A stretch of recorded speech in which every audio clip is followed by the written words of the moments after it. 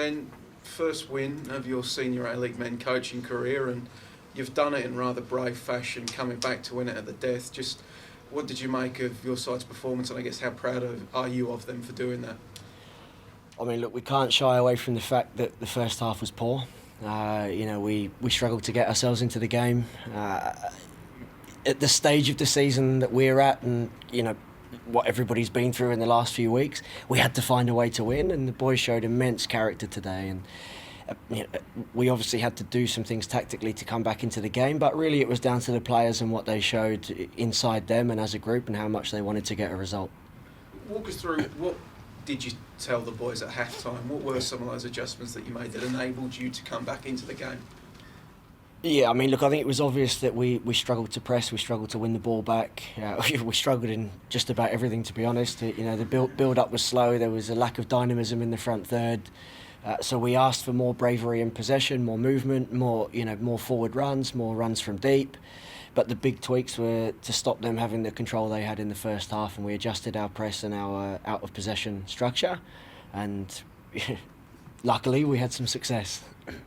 How special is this for you? Because you've worked damn hard to get to this point, to be in this position in the A-Leagues.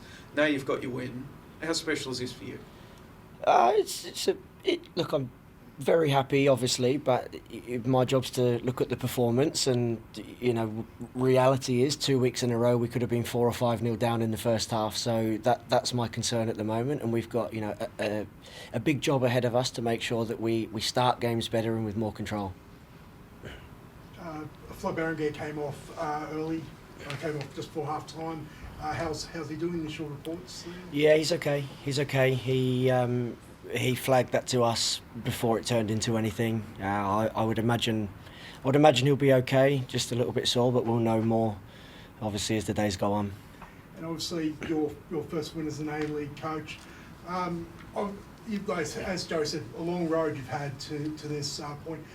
Is the side that, as is currently, is it sort of a troubling position that you want it to be at the moment, or is it still a big work in progress as far as getting your stamp on the squad? Look, it's definitely a work in progress, and these things take time. It's the first time I haven't had a pre-season with the team, so that's a new experience and a new challenge for me. But I have to tell you, the boys were absolutely outstanding this week at training, and although it didn't necessarily show in the first half, it gave the foundation and the platform for us to go on and do what we did in the second half. You've spoken a few times there about the first half.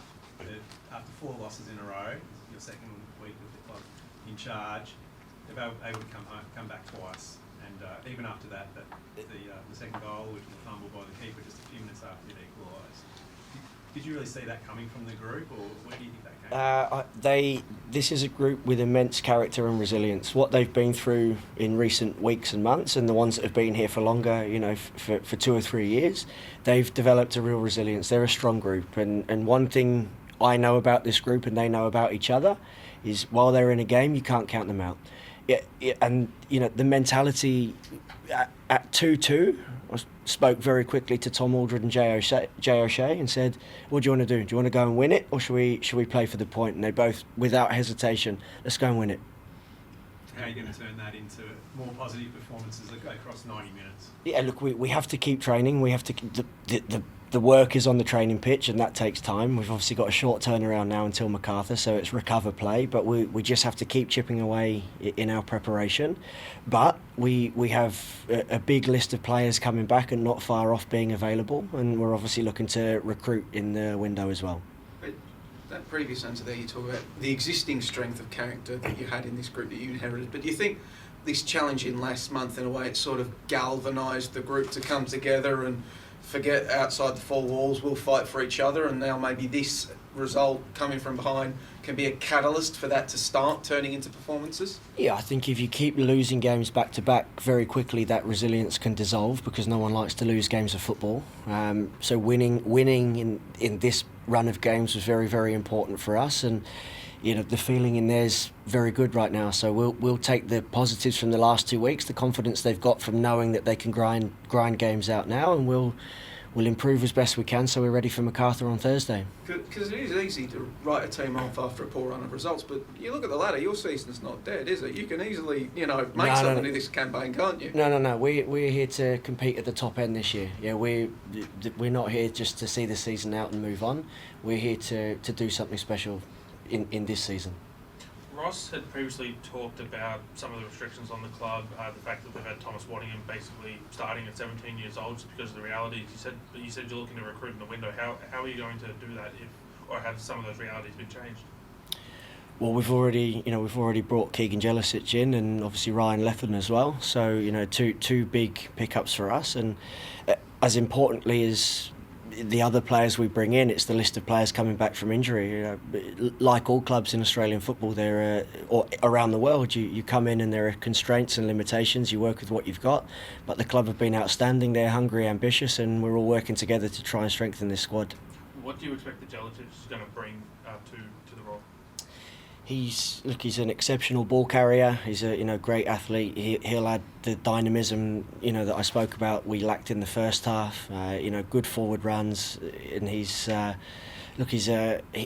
a player that you want to play against defensively because he asks a lot of questions. He can run in behind. He can run at you with the ball. So he'll give us a new dimension and some added dynamics to how we want to play and how you could see especially first half, we found it hard to create, and bringing players like Keegan in will allow us to, try to be more unpredictable and open teams up a little bit more. We've just heard Robbie Stanton talk about how there's gold everywhere you look in this country in terms of players. It's almost like there's this new generation of coaches coming through in the sense. So you've got Robbie Stanton, you've got Mile Strajovski, you've got yourself, all of whom have had strong backgrounds in the NPL or within the academy structures. Do you think this might be that change in the guard in terms of we start to see some of these 26, 27, 28-year-old NPL players who haven't previously been given shots given chances because of the change in coaches? I think there's quite a significant representation at the moment of players who have come through the NPL compared to previous years in the A-League. There are a lot of players out there across the states that are very strong and certainly good enough to play at this level, and I know for us and probably other clubs as well, everybody's looking closely at the NPL, and those players of course have a chance. Jonas Makovski scored his first A-League goal. Would he be a sort of player that could potentially start? Obviously if he gets confidence now that he's got that, broke that duck. Yeah, look, I don't think the goal's massive for him, and it's a big weight off his shoulders, and he was very, very happy with that. But you have to look at the performance he gave us today as well. He brought energy out of possession. He pressed really well. He recovered and defended with the team. He held the ball up. He was a presence. He managed to work the channels and get a couple of near assists. So look, it was a strong performance. The goal's the icing on the cake. But look, all these players are in contention, and I've only been in the job I think less than 2 weeks. So it's up to them to show in training and then the opportunities they get in games that they're ready to start. What did you make of Unite round as a whole from what you've had the chance to see? Look, I have to be really honest, I focused on Brisbane Roar and our game against Newcastle Jets and what we had to do to prepare. I'd be lying if I said I had anything to do with the broader event. We asked you about any incoming players earlier, about outgoings. Can we expect any outgoings from the Roar in the coming weeks? At this stage, probably not. There are some clubs showing some interest in some of our players. We're obviously keen to hang on to our better ones. As I said, we want to go on and do well this year. So for us to retain what we've got is really important. But the window's unpredictable, and you never know what might happen. Is this interest that's attached to a potential windfall for Roar if they do depart?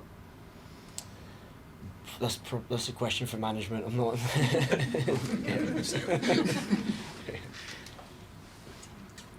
Just quickly, you have Bulls, like you mentioned, on Thursday, knowing that it's going to be a quick turnaround, and also the fact that Bulls are known to also be a team that can be hard, especially in the dying stages. How are you and the men going to prepare for that, especially knowing from today that you made it hard on yourself in that second half? Yeah, look, our focus is just to improve every week and make progress. We've got 2 training sessions between then and the game, so we'll do everything we can to prepare. And obviously, it's our first half is something we have to address, but we can take immense confidence and belief going into the back end of games after what we've done in the last two.